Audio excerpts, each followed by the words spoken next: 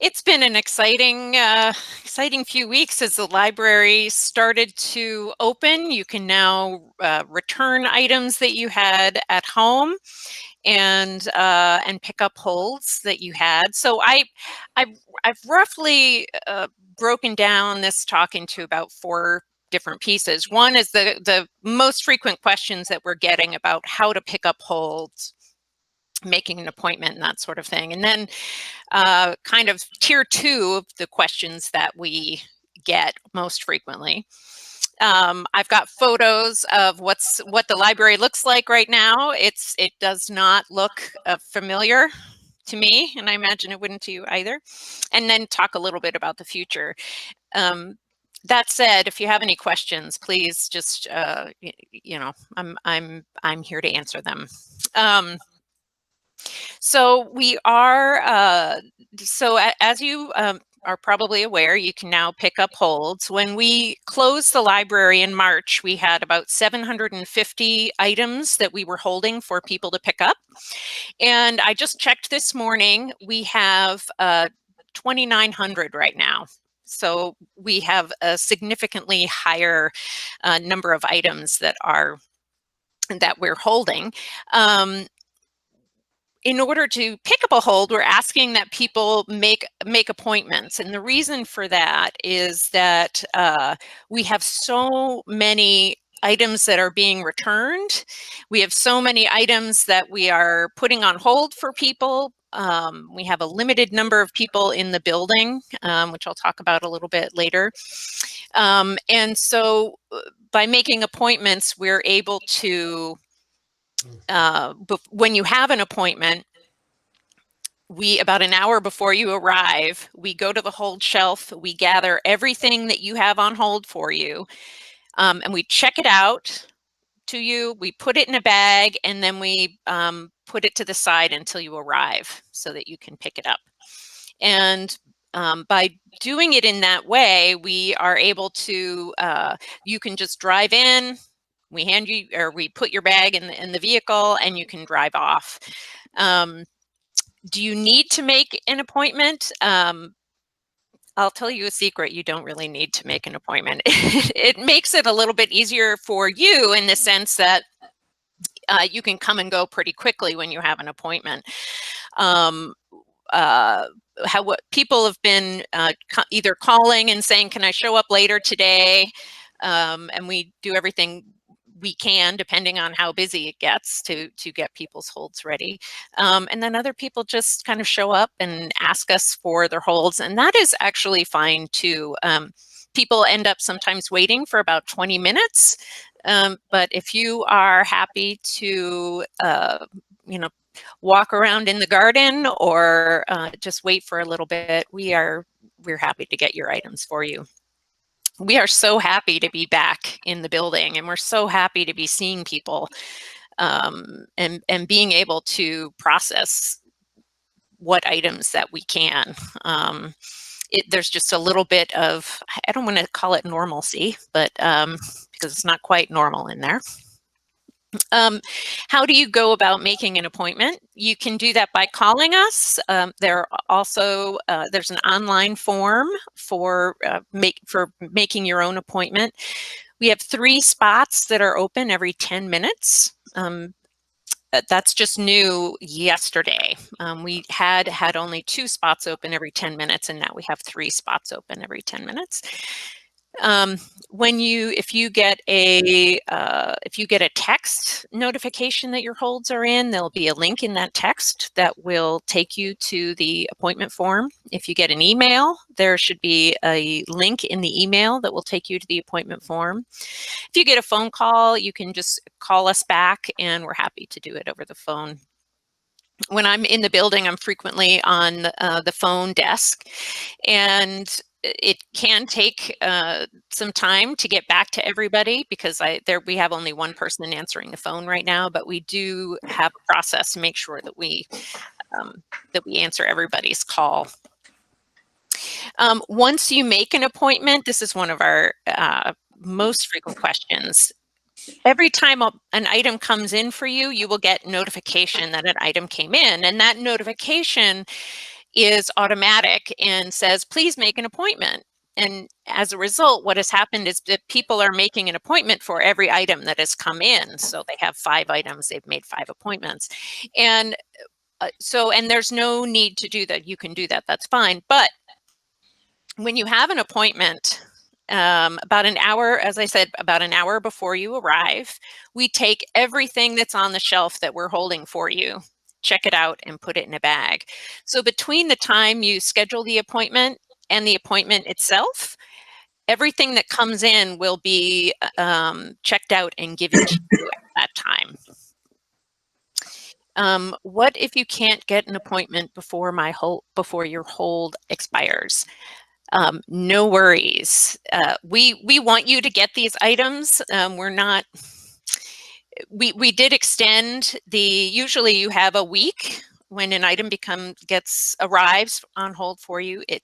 It stays on the hold shelf for a week. When we first opened, we extended that to, I think, 2 weeks. And we've extended it again to July 27th. So it's the first, from the time that we've been open, so it will have been a month, some items will have been on the shelf, well, since March. Other items had been on the shelf the entire month of July.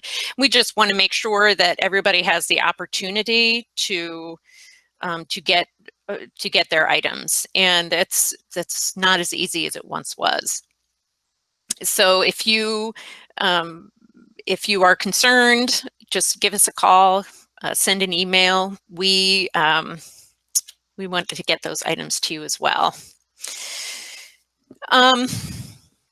Returning items, our slots are open.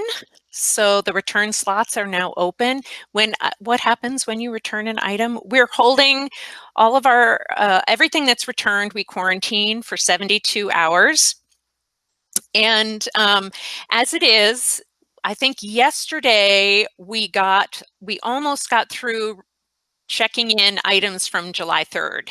So it's taking a little more than 72 hours for us to get to everything. And that has a couple of, that means a few things for our patrons. One is that you return something and then you see it stay on your account for another 2 weeks. No worries. We are not, there are no fines at the library. Undoubtedly, there will be some items that we, in our haste checking in, that some items go back on the shelves without being checked in as an error. And we really, we're really fortunate that there are so many people that pay attention to their accounts and let us know, because that helps us, that just helps us catch our mistakes. I do want to put people's minds at ease that nobody is going to, there are no fines. No one is going to have a mark against their record if we make an error. But it is taking a couple of weeks. So if you see something you've returned remains on your account, no worries. Let's see. Making donations. So that we are accepting donations, or rather the Friends of the Library is accepting donations. So the donations are, so there are 3 organizations that work together to create the Bainbridge Public Library. There is Kitsap Regional Library, which is tax supported, and that's my employer. They provide all of the staffing, the items, the computers, everything inside the building. And then you have the Bainbridge Public Library Board, and they own the building, or they manage the building for the island of Bainbridge Library, for the island of Bainbridge. The building, the grounds, they maintain everything. It's really a fabulous, fabulous group of board members. And then there is the Friends of the Library.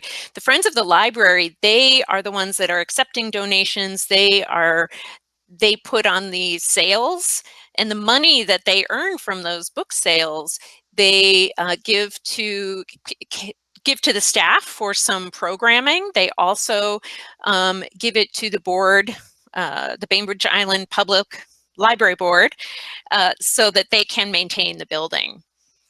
The Friends are accepting donations, but staff cannot take them for safety reasons. The Friends of the Library have put a tent covering by the children's entrance, the lower entrance. They ask that you, if you do have donations, that you leave them between 10 a.m. and 1 p.m. Monday through Friday. And the reason for that is they'll have someone in the building in their sale room from 10 a.m. to 1 p.m. Monday through Friday. If there are items that are left outside of those hours, they could get damaged by the sprinkler system. And then I guess the Friends have had to pay to discard a number of items when they first started accepting donations and were not aware that there was this potential danger from our sprinkler system. So you can make donations. I don't know when their sales are going to start back up. I looked at their website a few days ago, and it looked like they were planning to start in August. I'm not sure. I'm not sure how definite that is. Let's see, reopening. In order for us to reopen, Kitsap County has to be in phase 3 as per the governor's office. So when that will happen, of course, we don't know. My understanding is that the library, the leadership of the library, is looking at how to reopen in a limited, offering limited services in a safe way. I'm not part of that discussion. I have heard that they're going to have limited computer access for specifically for people on the island that don't have either a computer or internet access. So we'll probably have 2 or 3 computers up and running for people, possibly a shorter, usually when you get on the computer, you get an hour. I think they're considering making that a little bit shorter for people. We'll have a limited number of people allowed in the building at any one time. I imagine at Bainbridge, we will probably have the meeting room open, would be my guess, but again, it's all being figured out as we speak. Ideally, I think we're hoping that we could reopen at the end of July, beginning of August. But I, quite honestly, if I don't have my name tag on, I'm going to say I think that's really optimistic, but we'll see. Let's see. So missing an appointment or canceling an appointment happens every day. I've got some photos of what we do with those items. We just put them to the side, but you'll see that we all things come up. Oh, Sheila is asking if we'll be able to have volunteers when we open in phase 3. I hope so too. I really hope so too. The volunteer program, I haven't heard anything about any estimate about when or how it's going to open. My guess is because they are going to continue limiting the number of people in the building, that we won't have the capacity to have extra people in the building. Right now, one of the KRL has taken a number of steps in order to keep staff safe. And we don't have more than, I think, 7 people in the building at any one time. And it's surprisingly difficult to maintain 6 feet of distance, even with that small number. So yeah, I don't know. I don't know what's going to happen with the when the volunteer program will resume. But I hope that it is sooner rather than later. Absolutely, as long as we can do it safely. Some So you have if you do not have a library card, you can get a card online. You can apply for a digital card. And while we don't usually honor those for physical items, for DVDs, audiobooks, and paper books, we are during this time honoring them for physical items. Now that's for people that don't have a card, they don't have an account with the library. Maybe they've recently moved here, or maybe they just haven't taken advantage of what the library has to offer thus far. If you've lost your card, give us a call or email us, and we will give you the number. We're happy to give you a number. We're not issuing new physical cards right now for safety reasons, but we're happy to give you the number and help you navigate that. Just yesterday, we started accepting purchase requests again. They had locked down the ability to request that the library makes a purchase or to request an interlibrary loan. For those of you who haven't used that service, if the library does not have a title that you are interested in, perhaps it's out of print, you can fill out a form. It doubles as a purchase request, interlibrary loan. If we choose not to purchase an item, we're part of a nationwide program where we will contact libraries outside of Kitsap County, outside of the Pacific Northwest, Washington, all across the country, looking for a library that both has the items and would be willing to loan it to us so that you can borrow it. And that's an interlibrary loan. And they had, for 3 months, closed down that service. And yesterday they just opened it up again. So I'm pretty excited about that. There is one slight change to that program. Apparently, 1/4 of the requests that we receive, purchase requests that we receive, are for items that haven't been published yet. So we, because of the incredible numbers that department is working with, they are asking people to only request items after they've been published. That's a small change. And I noticed a question from Lynn. Let's see. Are you able to deliver to residences that are still locked down, or to seniors who cannot or do not get out? If not, perhaps IVC volunteers could help get materials to those residents. Oh, thank you, Lynn. I'm going to check on that. Let me write that down. I believe we have a mobile services department, and I believe that they have started delivering to the people that were already in part of that program. But let me make a quick note, and I'll get a more definitive answer for you. Thank you. That's a good question. Okay. So the other question that we're getting quite a bit of is, where can I make copies? How can I send a fax if the library is closed? Where do I go? The UPS, Sound Reprographics, Custom Printing, they will all print for you. And they also send faxes. They're more expensive than the library. Was the best deal in town, 25 cents a page. I believe that those 3 businesses, I think it's $1 a page for outgoing faxes. But there are other options, and hopefully we hope we'll be open soon and can offer those again. So I wanted to show you a little bit of what's going on behind library doors. So I'm going to go ahead. Well, first I want to tell you that KRL, I started to tell you that how KRL is keeping us safe. We're all required to wear masks and gloves. We're required to keep 6 feet distance. We have a limited number of staff in the building at any given time, 5 to 7 people.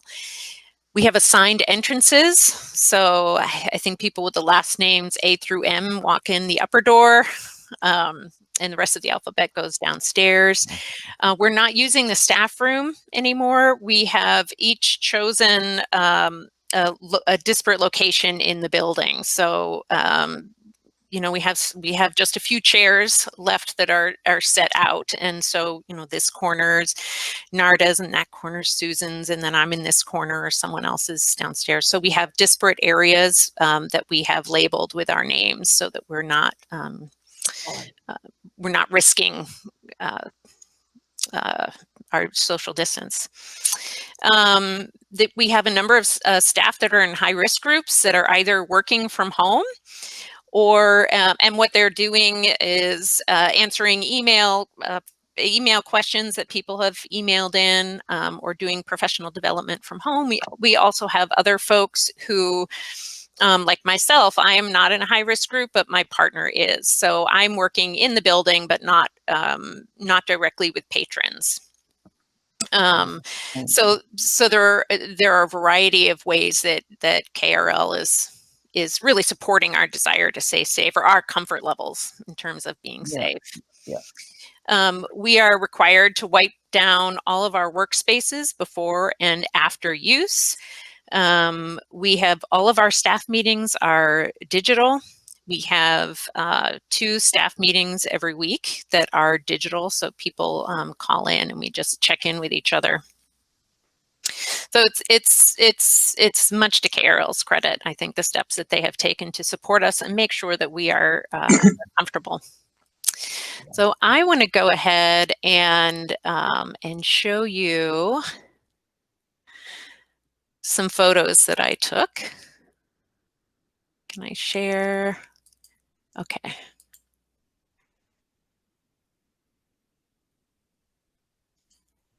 Okay.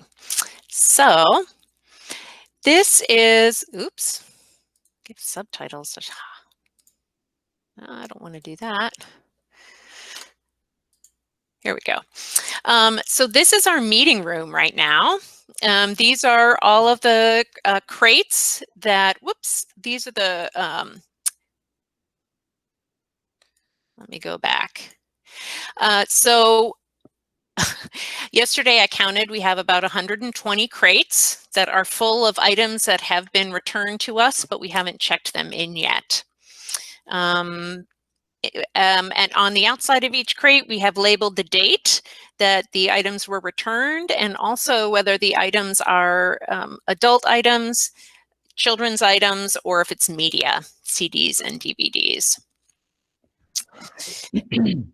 Right now, we only have one person at any given time. We only have one person checking items in, which is part of why it's taking so long. So they stand at this station. And for each item, it's either going to stay at the Bainbridge branch or it's going to go to another branch. So if it stays in the Bainbridge branch, if we determine that it's staying in the branch, it goes on one of about 8 carts. So we've got this cart for items that are being held. Then we've got that cart for adult nonfiction.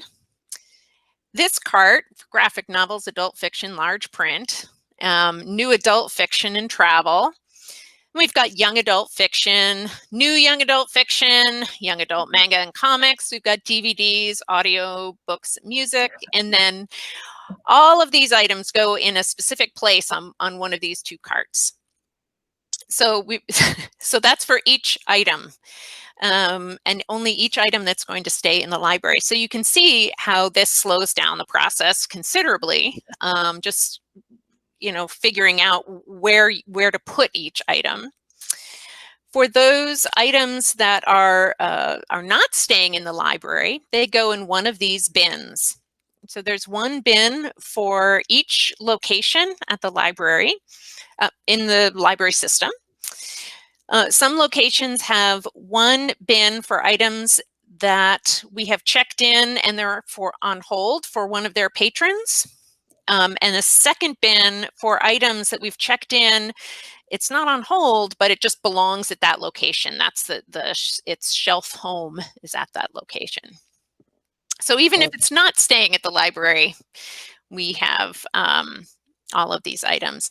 So that's for items that are being checked in. Every day we have about 20 of these crates arrive that other branches have sent us. So I started to tell a couple months ago, I started to tell Sheila this process, and Sheila said, "Oh my goodness, you should share this." It's incredible. It is very complex. It's deceivingly complex. So this is our current hold area. Like I said, we closed with about 700 items on hold, and we now have just under 3,000. So I have a couple photos of our hold area. And I wanted, can you see my mouse when I'm moving my mouse? So these are all items that we're holding. Now, we have so many items on hold that we've had to take books off the shelf and put them on tables so that we could use their shelves to hold items. So this is what our books to go and new book area looks like right now. Because we had to use those shelves to hold items. And you can see in the background all the crates we have waiting to be checked in. These 6 tables are where we're using these 6 tables to help us get ready for appointments. So each table has a time on it. So 10 o'clock, 11 o'clock, 12 o'clock, 1 o'clock, 2 o'clock, or 3 o'clock. So we collect all the holds, and I wished I had taken a picture of this. We collect all the holds, we check them out to you, we put them in a bag, and then we put them on the appropriate table so that it's ready to go when you arrive. And then we put it in that little blue cart. You can see in the on the right side, we've got 2 blue carts, and we just wheel it outside. But not everybody makes their appointment. So these are bags that we are, we're gonna make another appointment. Sometimes people show up later in the day. They had forgotten to come earlier, and having them in one place or 3 places, as the case may be right now, makes it easier to retrieve them. And what's that? I guess that was it. Let's see.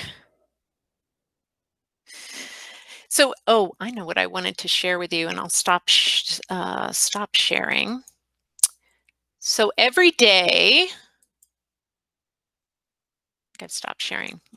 Every day, in normal times, we have about 100 items that have been requested that we go out into our shelves and we pull them off the shelf so that we can either put them on our hold shelf or send them to another branch.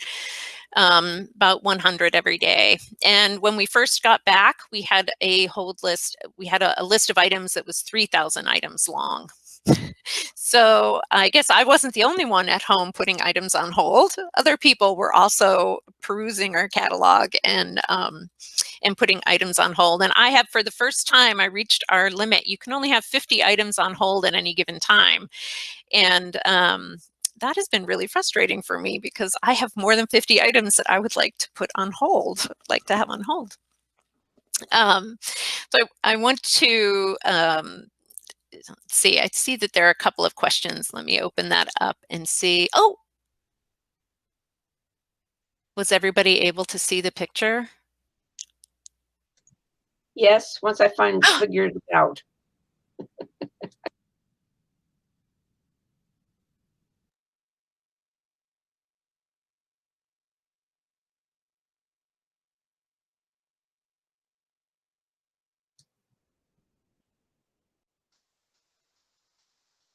Okay, Tressa's screen is frozen, so we'll give her a few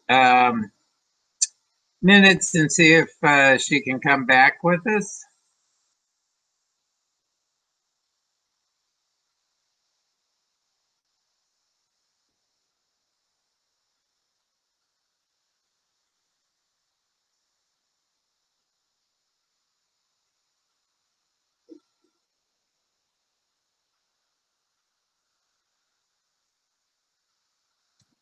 Hope I didn't kill her. No, Sheila, I don't think it was you. I think that you know, like it's her connection. So we'll give her a few minutes to come back. She bailed out, and I'm sure she'll be coming back in. Sigh.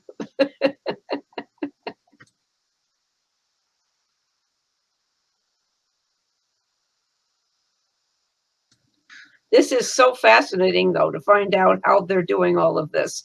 Really, it's what an undertaking. 3,000 holes. Good grief. Yeah, I had no idea. I had no idea that they had that many services that were still going on through all of this. There she is. She's back There again. she is. She's back. Yeah, Oh, there you go. I disappeared. Thank you. Sorry about that. That must have been my my connection. So we're going to be prioritizing, I think, 3 things. First, limited computer use when we reopen, printing services, being able to use the printer, and it's really, we want people to be able to browse the collection. If we're not using the entire building, at least have some items that are available for browsing. We have had some additional virtual resources that are available to you at home, ancestry.com.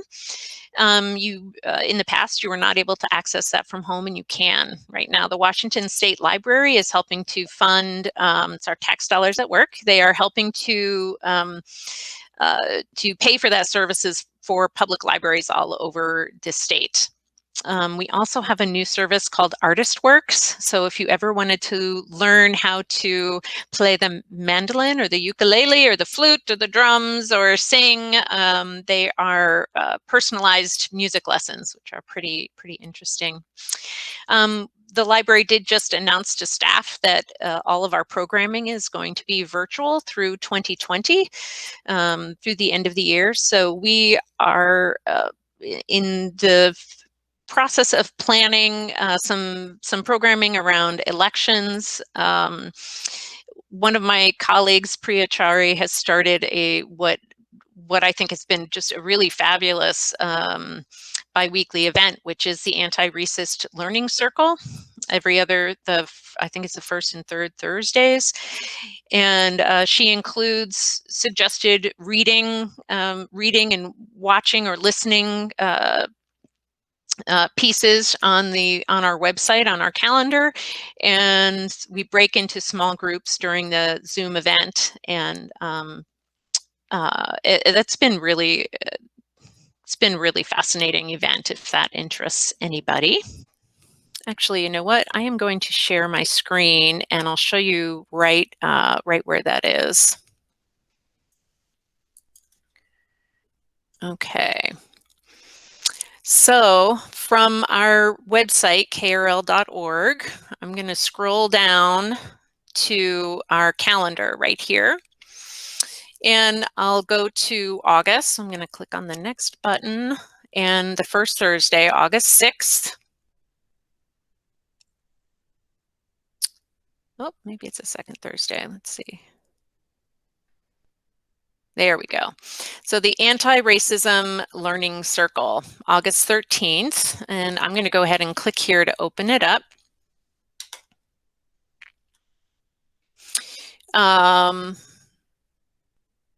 So we've had already 2 meetings, June 25th and July 9th. So Priya, my colleague, has included all of the links there so that you can look at what we have been discussing or what we've centered our discussions around. And then up at the top, you can see that this is really a chance for dialogue and active listening. There's a Zoom link there, so you can just click the link, or you can even call in.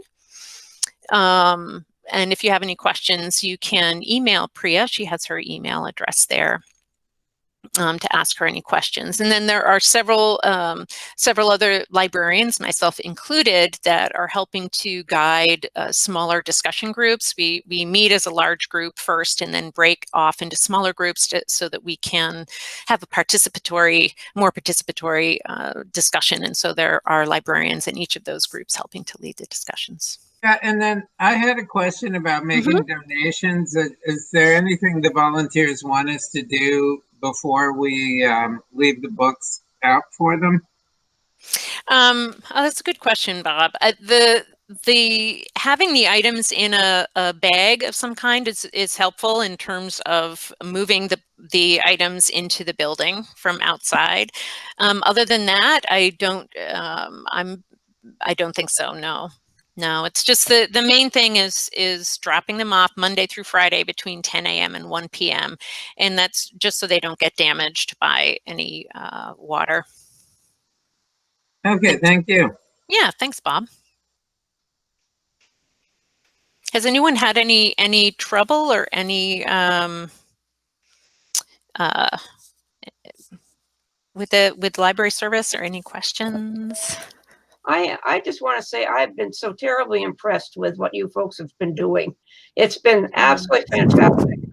I have several of those 3,000 books on hold. But you know, it's such a delight to get that email saying such and such a book you have ready for me. And unfortunately, I have this pile of books at home now that I picked up the last time.